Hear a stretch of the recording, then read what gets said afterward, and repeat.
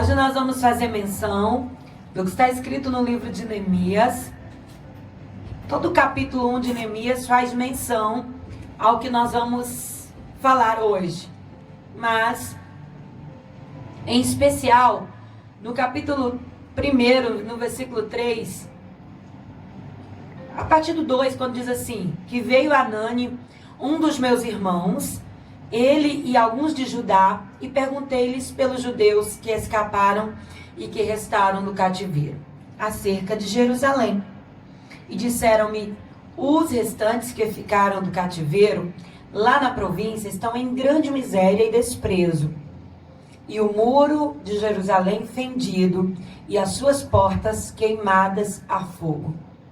Aí no 4 vai dizer assim, e sucedeu que, ouvindo estas palavras, assentei-me e chorei, e lamentei por alguns dias, e estive jejuando e orando perante o Deus dos céus.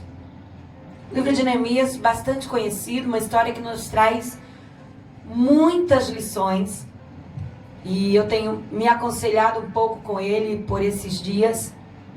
E hoje o que eu queria que você atentasse é esse momento em que Neemias busca saber, através de Hanani, sobre a sua cidade e sobre o povo dele naquela cidade.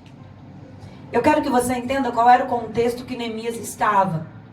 Neemias estava exilado, sim, mas com um sucesso, porque Neemias tinha se tornado copeiro real, copeiro do rei. Neemias tinha o seu emprego, ele estava longe da sua nação, sim, mas ele estava em um certo conforto. Ele estava numa instância melhor do que muitos dos judeus que haviam sido exilados e muitos dos que ficaram por lá abandonados.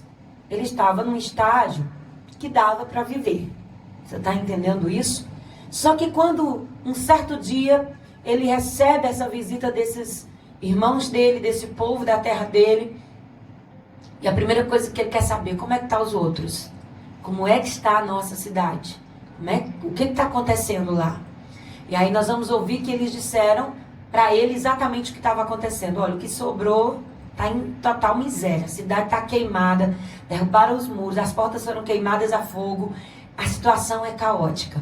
E no versículo 4, Neemias assenta-se e chora e jejua. E aí o começo de uma grande mudança, e aí o começo de uma grande transformação. O que eu queria que você entendesse comigo hoje?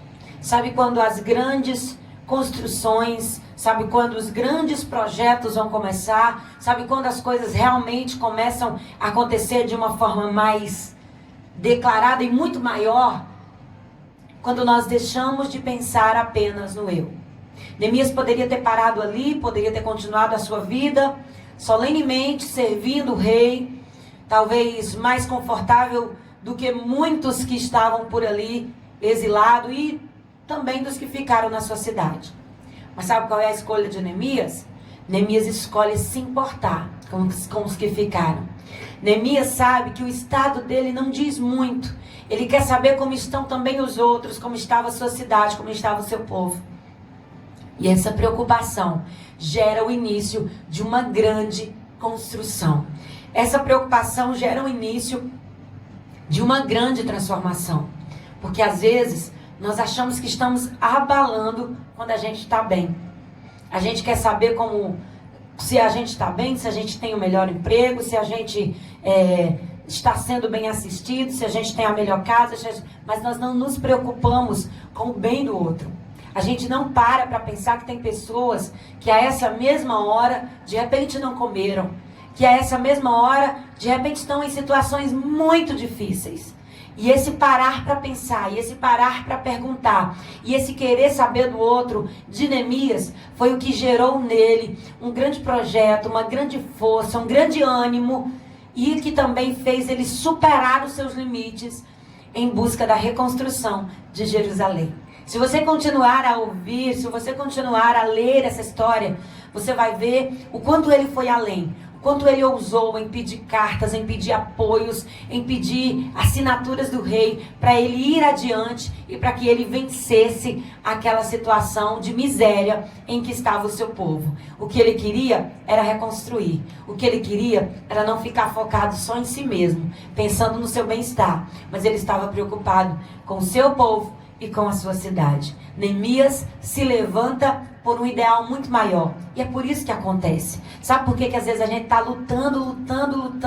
Ai, esse sonho não se realiza. Ai, esse sonho tão grande que eu tenho, eu carrego dentro de mim, eu quero tanto. Por que acontece para todo mundo, não acontece para mim? Porque às vezes o que a gente quer mesmo é só pra gente.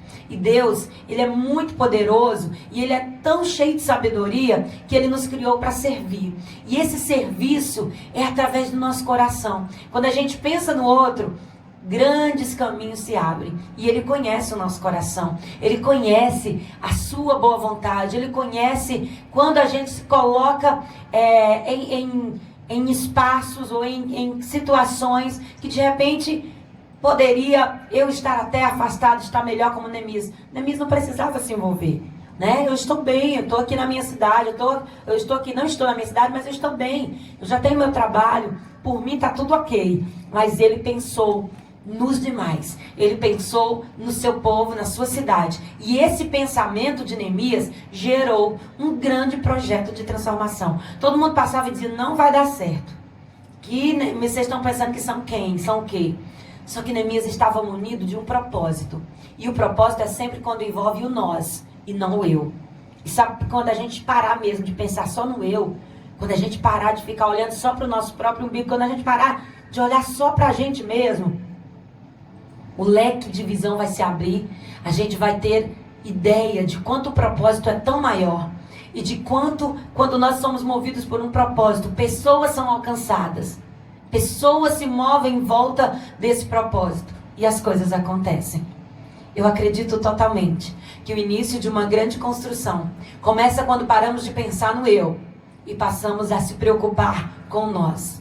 O real interesse pelo bem-estar do próximo pode provocar, sim, como provocou para Neemias, uma grande construção, gerar grandes impactos, grandes projetos, grandes alegrias e, acima de tudo, bem-estar de muitos. A partir do momento que o eu é trocado pelo nós. Quando eu penso na minha família somente, não.